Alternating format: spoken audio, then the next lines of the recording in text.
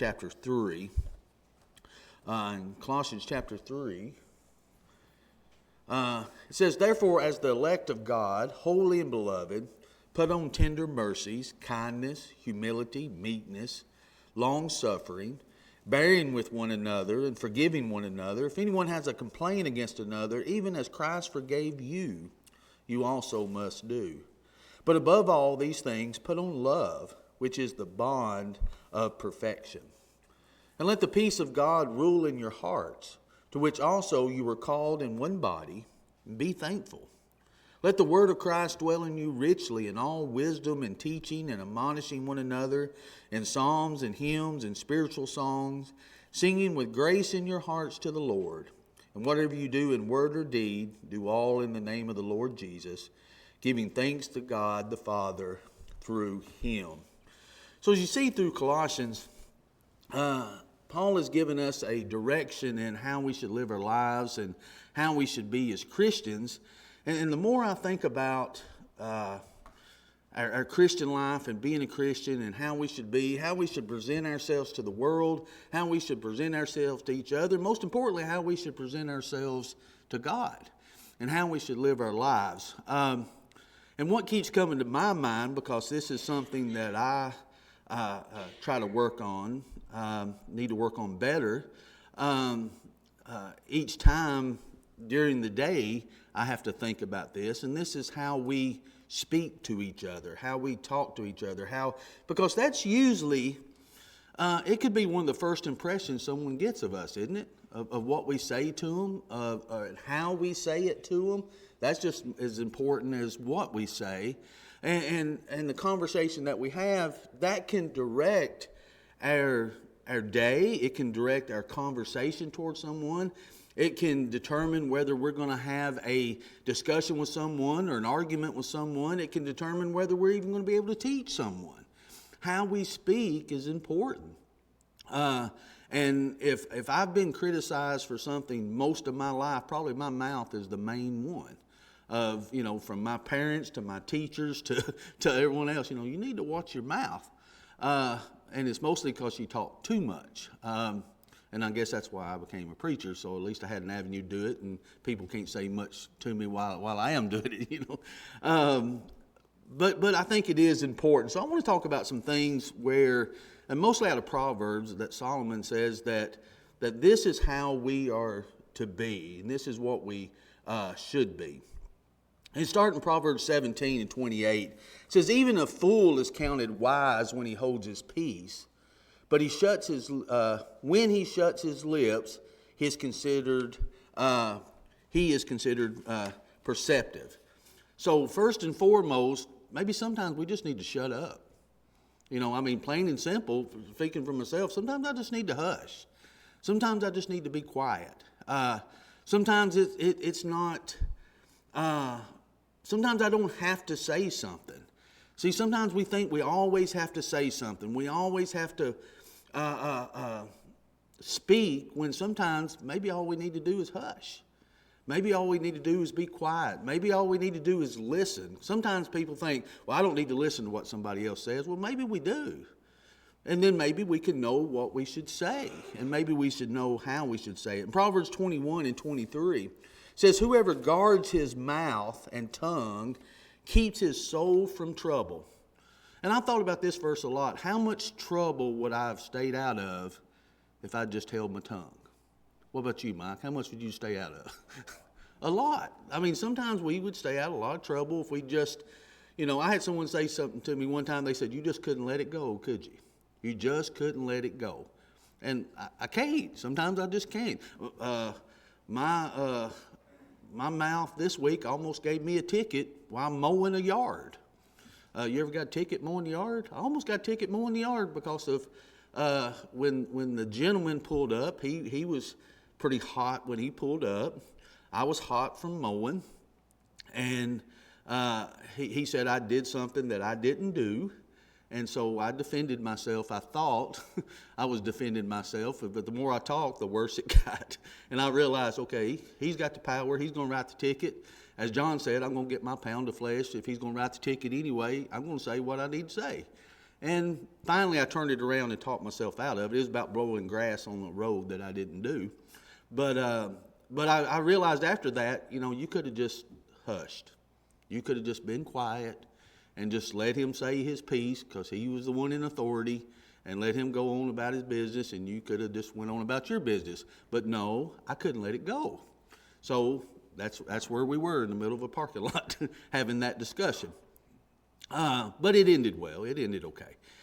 But sometimes we just need to hush, don't we? Sometimes we, and you probably know me by now, a lot of my lessons that I get up has to do with what I'm dealing with, or what I see, or what I observe, that I figure if it can help me, it can help someone else. Whenever Papa Randall, he says you have the right to remain silent, and you say use to the court of law, that's probably the best time to remain silent right there. Yes. Just because you have the right doesn't mean you have the ability. Sometimes I don't think and I say that jokingly, but to my fault. If my first defense is defense. If somebody approaches me with something, I'm going to get defensive first until I talk through it and realize, okay, you're making this worse, But it's true with anyone. Sometimes it's just good to be quiet. We don't have to always say something. We don't always have to get the upper hand. We don't always have to be right. And sometimes we talk just to be right. Now, I'm not talking about we hold our peace if we're right with Scripture and things, but even there's a way in which we do that. I'm talking about in everyday conversation. We need to make sure we're trying to be as peaceable as we can, as the Bible says, and sometimes it means we just need to hush. We just need to be quiet. Ecclesiastes 5:2 says, "Do not be rash with your mouth, and let your heart utter anything hastily before God. For God is in heaven, and you are on earth. Therefore let your words be few." And in this context, he's talking about how we approach worship and things in which we do in worship. And sometimes we can be rash with God. Sometimes we can speak to God, just start blurting things out sometimes. And sometimes we need to just think about that. We need to think about the words in which we say and how they affect us. In James chapter 1, beginning at verse 19, "So then, my beloved brethren, let every man be swift to hear, slow to speak, slow to wrath. For the wrath of man does not produce the righteousness of God." So speaking, if it causes more trouble and causes more wrath, are we producing the righteousness of God? No. Sometimes we just need to, I try to learn this at the funeral home. I get yelled at some at the funeral home. And I have to realize that sometimes people just need to say what they need to say because they don't know what else to say. They just need to get it off their chest. They're feeling something, don't know how to deal with what they're feeling, so they just have to take it out on somebody. And I've decided that's my job to let them do that. That's my job to just let them have at it, And that's hard to do. It's hard to not say anything. It's hard not to get offended by it. It's hard not to want to put your 2 cents in, but sometimes you just diffuse the situation by letting them do that. So I wanted to start out with that to begin with, is sometimes we just need to be quiet. And I think that can be hard to do. You agree with that? Can it be hard to do? Or does some people don't have that trouble? I do. But I think that can go a long way in letting Christ shine in us than it is to let Ronald shine. I don't need to let Ronald shine. I need to let Christ shine. As we go all the way through Colossians, tells us that it's about putting on Christ. It's about letting Him do these things. It's by His authority. And we need to make sure that that's what we're doing. Another thing that can happen with our speech is destructive speech. In Proverbs 13:3, it says, "He who guards his mouth preserves his life, but he who opens wide his lips shall have destruction." We learned this as a kid. You ever got a whipping for talking back? We can talk to our destructiveness. We can cause more trouble by saying something or saying the wrong way and cause our own destruction. But this can happen in a lot of different ways, and we need to make sure we understand that. In Proverbs 14 and verse 3, in the mouth of a fool is a rod of pride, but the lips of the wise will preserve them. A lot of how we speak comes from pride. We can be very prideful because we want to be right. We want to show that we're the one in control. We're the one who has the answers. Nobody else has the answers, so we have to be the one to present that. Look in Luke chapter 18. We have an example of this, I think. It said also he spoke this parable to some who trusted in themselves that they were righteous and despised others. 2 men went up to the temple to pray, one a Pharisee, the other a tax collector. The Pharisee stood and prayed thus within himself, God, I thank you that I am not like other men, extortioners, unjust, adulterers, or even as this tax collector. I fast twice a week. I give tithes of all I possess. And the tax collector, standing afar off, would not so much even raise his eyes to heaven, but beat his breast, saying, God, be merciful to me, a sinner.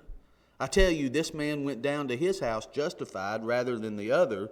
For everyone who exalts himself will be humbled, and he who humbles himself will be exalted.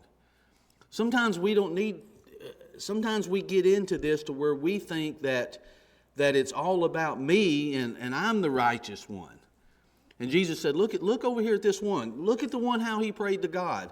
He prayed to God, aren't you glad I'm on your team? I don't act like all these other people, and I sure don't act like this tax collector over here. And he probably did, and that's a good thing, that you don't act like that. But you think I need to tell God that? You think God doesn't know that? He didn't come to him of, I'm glad you came to save me, and I'm glad I'm living a life in service to you, and I hope I can continue to be obedient to you. He looked at him and said, aren't you glad I'm on your team? Boy, you picked the right one with me. And the tax collector said, I'm just glad you had mercy on me because I'm a sinner. Which one left justified? See, we can get into this situation as a Christian to where this is how we think we are. And it becomes about being right to my standards, not to God's standards. And sometimes it's just not, it's not the way that we should be. And we need to make sure that we're not speaking to our destruction. In Proverbs chapter 17, verse 1, better is a dry morsel with quietness than a house full of feasting with strife. What's he saying here? It's better to eat quietly than just to have a little morsel, but you have some peace and quiet, rather than have a whole feast and got everybody fighting around you. So which would you rather enjoy? Which one is more pleasant? Which one is more easy? Does it matter that you're eating a lot over here, but there's a lot of problems? Or does it matter right here you're just getting a morsel, but you have some peace and you have some quiet? Sometimes we've got to look and realize that there's a place for everything, but it's not all the time about strife and about division and about fussing and about fighting. And sometimes that's how we perceive ourselves. Look in Titus chapter 3. It says, reject a divisive man after the first and second admonition, knowing that such a person is warped and sinning, being self-condemned. Go on to the next one if you don't care, Blake. Now a certain Jew named, no, wait a minute, that's all I had. Okay, I thought I put more, sorry. What I meant to do is go up above that. And if you go up above that and you see his how he's talking about, those in authority and things. Yeah, this is how we should treat individuals that's out in the world. But this is how we should treat everybody. We've got to make sure that we are looking and saying, okay, I need to be tenderhearted. I need to be kind. I need to realize what God, first and foremost, what God has done for me, and bring that kind of attitude, that kind of language, that kind of motive to how I treat other people. And I think the problem is we forget what God's done for us. We forget the love that He shows. First and foremost is Him showing us love, that He sent His Son to begin with. That's why He sent His Son. He chose. It wasn't some warm, fuzzy feeling that God had. He made a choice. I want to save these people because I love them. And here's what I'm going to do that. And we forget that it's us representing God to the world, We have to show that same kind of love. And this has nothing to do with compromise. It has nothing to do with being weak around individuals. It has to do with being like God. You know, the best strength that Jesus, I believe, ever shown while he was here on earth was self-control. Look at all that he could have done, but didn't do it. Look at the ability that he had done. How far would you have gotten before you scorched the earth when somebody spit on you? I mean, I couldn't have brought fire down fast enough. I mean, think about that self-control. But why did he show that self-control? Why did he remain silent as he remained silent? Why did he do that? Anybody know? Was he weak? No, it showed us his strength. I think it showed his strength and his love. He said, here's how I show the will of God. Because didn't he tell God in his prayer, thy will be done? So he did God's will. God's will was for him to go. He didn't fight that. He didn't take it, I don't want to say he didn't take it personally. That just had to be hard to me. I mean, look, think about it. I got offended when a guy, someone in authority rolled down their windows and questioned how I mowed the yard. You think I'd get offended if he spit in my face? I mean, you look at how human nature is of what we want to do. When we should fight those carnal feelings. I think that's all a part of walking in the Spirit, not in the flesh. We think beyond those things. We think beyond what we want to do and how we think it should be done, and it can bring destructive things. But just to de-escalate the situation sometimes. Sometimes there's just a right way to do things. Think of it this way. Look in Acts chapter 18. Now a certain Jew named Apollos, born at Alexandria, an eloquent man and mighty in the Scriptures, came to Ephesus. This man had been instructed in the way of the Lord, and being fervent in spirit, he spoke and talked accurately the things of the Lord, though he knew only the baptism of John. So he began to speak boldly in the synagogues. When Aquila and Priscilla heard him, they took him aside and explained to him the way of God more accurately. Now notice what he did. Was Apollos speaking publicly? Did Aquila and Priscilla stand up beside him and start yelling at him? What did they do? They took him off to the side and talked to him. And did they do any good with him? Go read the rest of the book of Acts, or this chapter anyway, what he was able to do. Because they cared for him, they wasn't rash about it. They wouldn't, harmful. I would want to say, boy, look, you don't have it figured out.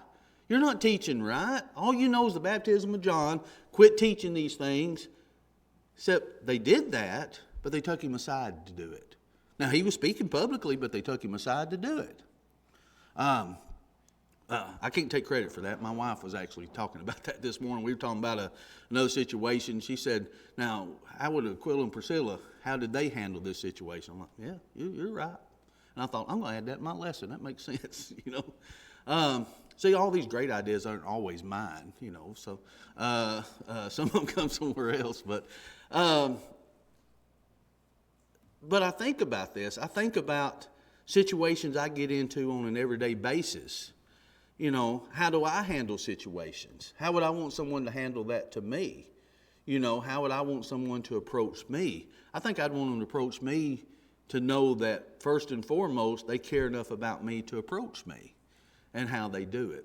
So, any questions, comments so far? I think there's a mindset even there with Apollos that they explained to him the way of God more accurately. They didn't go, Apollos was not teaching the whole truth because he didn't know it, but they weren't saying, Apollos, you false teacher, Apollos, you dissenter, it says they explained the way of God to him more accurately. And I think that's what we need to remember with some people is their intentions may be good, they just need to be taught.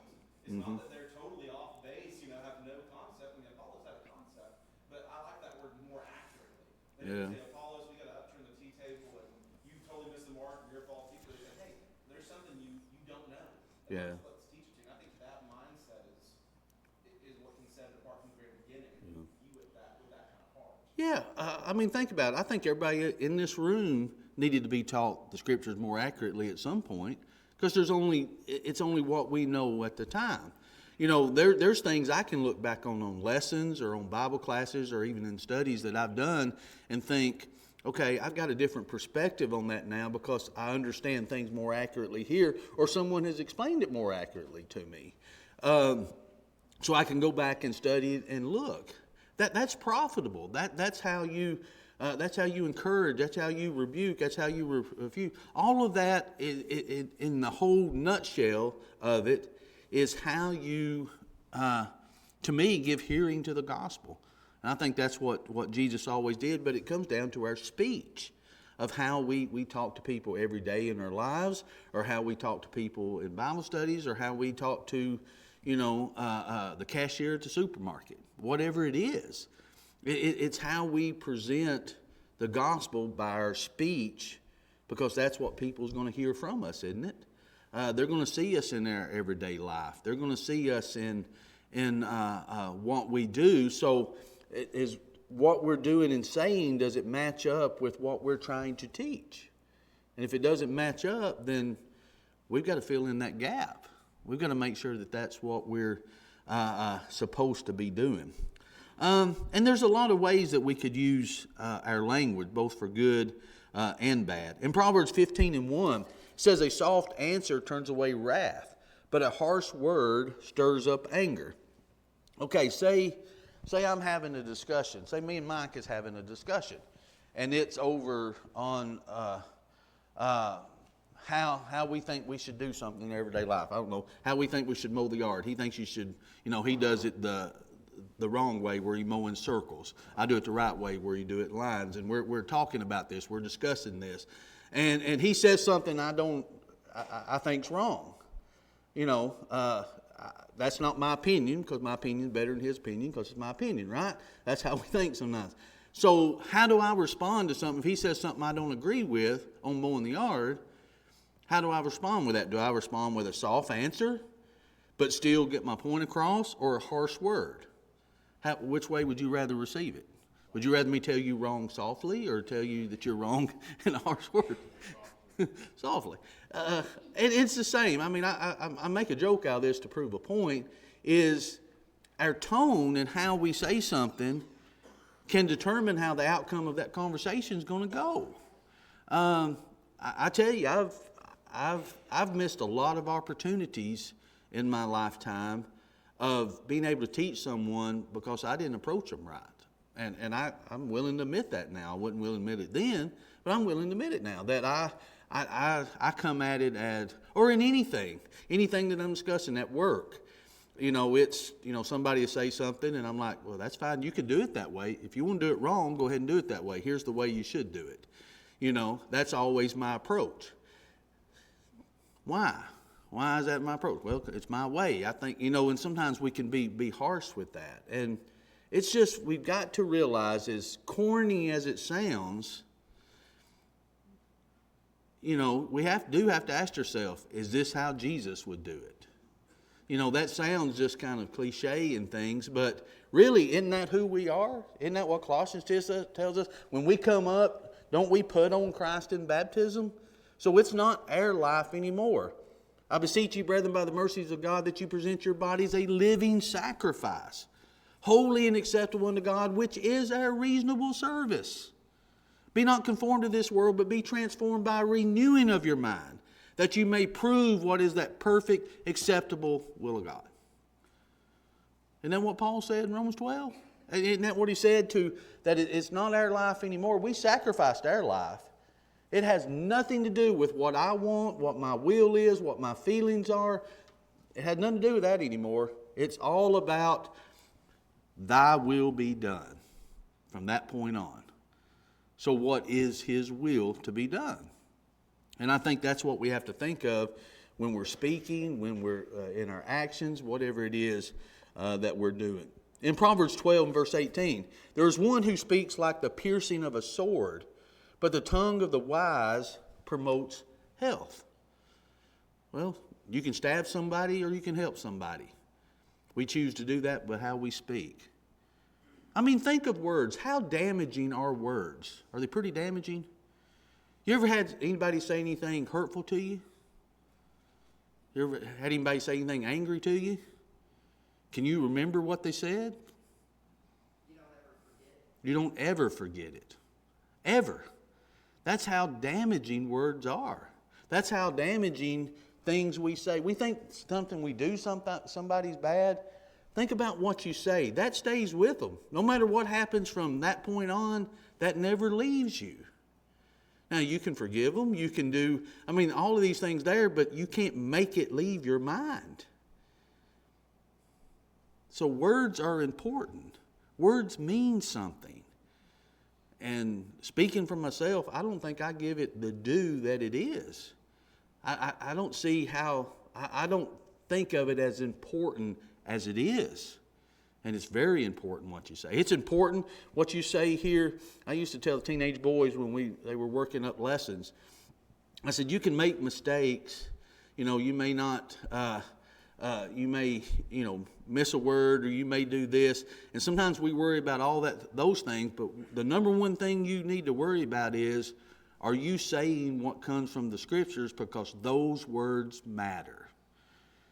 These other things, it doesn't matter if you walk when you speak, or you put your hands in your pocket. I remember the first sermon Thomas Eves graded me on. He said, he had a lot of lists there, and I said, well, just give it to me straight. He said, I like what you said. He said, but you're very distracting. You had your hands in your pockets, you walked, you did this, you went back and forth, and I thought, so the next sermon I tried. I didn't put my hands in pocket. I grabbed the pulpit, and I couldn't hardly get any words out. I can't talk without moving something. I got to move something, so I thought, I don't want to be distracting, but I can't focus on that and focus on what I'm saying. I just have to move my hands, I guess. But sometimes we do, I think, focus on the wrong things. We need to focus on our words because they mean something. Not only can they upset someone, not only can they hurt someone's feelings or make them mad or whatever, they could cause them to lose their soul by what we say and how we say it. And we'll be held accountable for that, and we need to think about that. In Proverbs 15:2, the tongue of the wise uses knowledge rightly, but the mouth of fools pours forth foolishness. Now notice, the tongue of the wise uses knowledge rightly. So what does that imply? If I could use knowledge rightly, what can I also do? Use it wrongly. Just because I'm right and I'm saying something that's right, I could use it in the wrong way. Or I could say it in the wrong way to where it's not, it's not being presented to where they get what the knowledge is. What we do, sometimes we just pour it out foolishly. I still may have the knowledge, but I'm pouring it out foolishly, and that knowledge doesn't do any good. I do that a lot. I'm thinking, why aren't they getting that? I'm right on that. Well, it's how I said it. It's how I presented it. It's how I'm pouring it out. I did that foolishly, so they're not hearing that it's right. Just like if somebody does that to me, I'm not hearing that it's right. I'm just seeing how they're pouring it out to me, and I don't like that. So I'm not hearing. It doesn't matter to me if it's right or not. I'm not hearing it. You don't think the same is true for somebody else? Well, of course it is. And we've got to think about that. In Proverbs 15:7, the lips of the wise disperse knowledge, but the heart of the fool does not do so. So how do we disperse knowledge? Well, first, we've got to have the knowledge to disperse. And then two, I've got to make sure I'm dispersing it right. I've got to make sure that I'm doing it right. And as it says here, the fool doesn't do that. I think I skipped this one because I didn't know if I'd get that far. But look in Proverbs 13:1. I may not have put that on there, Blake. I think I skipped this because I didn't think I'd actually get this far. Either people aren't talking today or I'm not giving people a chance to, because I'm talking too much, I guess. But Proverbs 13:1, a wise son heeds his father's instruction, but a scoffer does not listen to rebuke. Now, when it comes to our speech, sometimes we've got to be able to take speech too, and take it the way that it's intended. And sometimes we don't want to do that if it's correction. Do you like to be corrected? Does anybody like to be corrected? I don't like to be corrected. But do we need to be corrected? Well, yeah, we need to be corrected. Again, it's how somebody corrects us, but notice what it says here. But a scoffer does not listen to rebuke. So if my attitude is not what it should be, I'm not going to listen to someone rebuke me. I've rebuked individuals who didn't want to hear it. I've been rebuked and I didn't want to hear it. So where does the problem lie? Well, it could rely in a couple places. How the rebuke is being handled or how the rebuke is being received. And I think it has to be looked at from both sides. But again, the goal here, as we started in Colossians, is we're Christians. We do everything by His authority.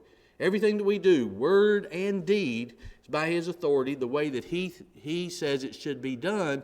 And that's how we present ourselves to the world.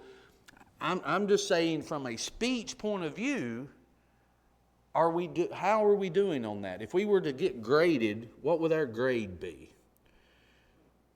You know, would it be an A? I don't think I can grade this like I wanted my grades were in school. Hey, if you'll just pass me, that's all I want. You know, you just, whatever it takes to get that passing grade. And when I was in school, I don't know how they grade now, it was a 70. You know, as long as I got that 70, as long as I seen that 70 on there, I didn't care. I didn't put forth any effort to get to the A's. Now, I got some A's. It was through luck and talking a lot of times. I could talk myself into an A sometimes, but I could also talk myself into an F a lot of times, you know. But we can't go through life, our Christian life, saying, well, it doesn't matter. You know, I've heard people say, well, as long as I make it to heaven by the skin of my teeth, that's all that matters. Well, yeah, we all want to make it, but how are we going to make it? Doing the very best we can here. You know, giving 100% to God, not giving just 50%, just trying to, you know, hop my way to heaven, you know, or drag my feet to heaven. That's not how we do it. We give the very best in everything that we do, and speech is part of that. And sometimes we look at it, as Jane says, we don't realize that it's just a small member, but it turns the wheel to everything. It's what guides us. And we've got to make sure that we are thinking about it. In Proverbs 13 and verse 8, sorry, Blake, I'm getting these on the fly. It says, the ransom of a man's life is his riches, but the poor does not hear rebuke. Again, it's about if I'm not living as I should, rebuke is not going to be part of what I want to do. But look at verse 10 of Proverbs 13.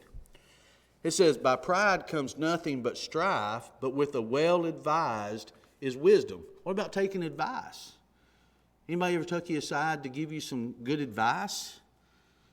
How did that make you feel? Did you like that they gave you advice? Were you offended that they gave you advice? Did you listen to that advice? I used to tell somebody, you know, don't work too hard, and they'd always tell me, that's good advice, but I don't need it. You know, because they weren't going to work hard anyway, you know. But do we take good advice? But I want us to think about this one final verse as we discuss a few more things. Look at Matthew 12. A good man out of the good treasures of his heart brings forth good things. An evil man out of the evil treasures bring forth evil things. But I say to you that for every idle word men may speak, they will give an account of it in the day of judgment. For by your words you will be justified. By your words you will be condemned. I don't know about you, that verse scares me. That verse is troubling. Every idle word that we speak will be judged by. Think about that. We'll either be justified or condemned by what we say. If we had to stand before God right now, how would we stand? Based on what I've said this whole past week. Where would we stand? Or based on how I've said what I've said this past week, where would I stand? That's pretty sobering thought. You know, I've actually thought, there I am sitting on a trailer on a lawnmower, And I could have lost my soul over a few blades of grass on the road in my attitude. That I didn't put on the road, by the way. But because I realized I didn't, I had to get that in, didn't I? See, you can't hush. You just can't. But I got to thinking how I handled that. How did it reflect on me? How did it reflect on the church? And one, how does it reflect on my soul based on I was right and I wanted to prove it.